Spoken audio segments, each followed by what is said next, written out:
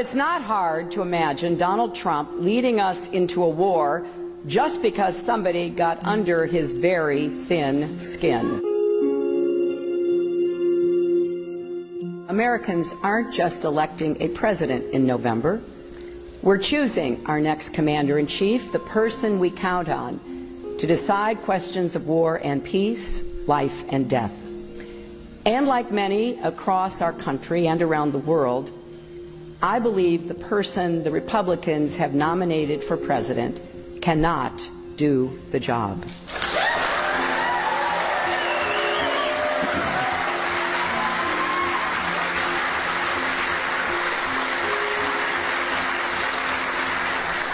Donald Trump's ideas aren't just different, they are dangerously incoherent.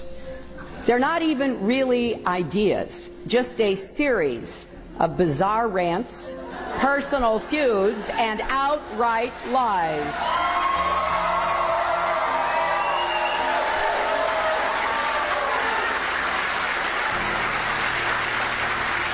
He is not just unprepared. He is temperamentally unfit to hold an office that requires knowledge, stability, and immense responsibility.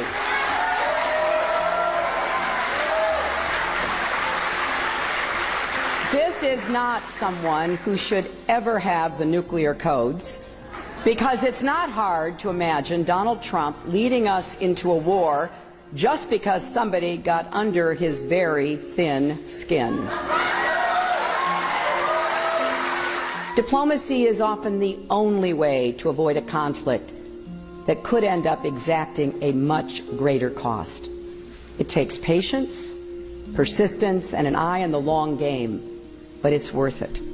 Take the nuclear agreement with Iran. When President Obama took office, Iran was racing toward a nuclear bomb. Some called for military action. But that could have ignited a broader war that could have mired our troops in another Middle Eastern conflict. President Obama chose a different path, and I got to work leading the effort to impose crippling sanctions. We brought Iran to the table, we began talks, and eventually we reached an agreement that should block every path for Iran to get a nuclear weapon. Donald Trump says we shouldn't have done the deal. We should have walked away. But that would have meant no more global sanctions and Iran resuming their nuclear program and the world blaming us. So then what? War? Telling the world, good luck, you deal with Iran? Of course, Trump doesn't have answers to those questions. Donald Trump doesn't know the first thing about Iran or its nuclear program. Ask him. It'll become very clear very quickly. Now imagine Donald Trump sitting in the Situation Room, making life or death decisions on behalf of the United States. Imagine him deciding whether to send your spouses or children into battle. Imagine if he had not just his Twitter account at his disposal when he's angry, but America's entire arsenal. Do we want him making those calls? Someone thin-skinned and quick to anger who lashes out at the smallest criticism. Do we want his finger anywhere near the button? Well, I have a lot of faith that the American people will make the right decision. This is a country with a deep reservoir of common sense and national pride, and we're all counting on that.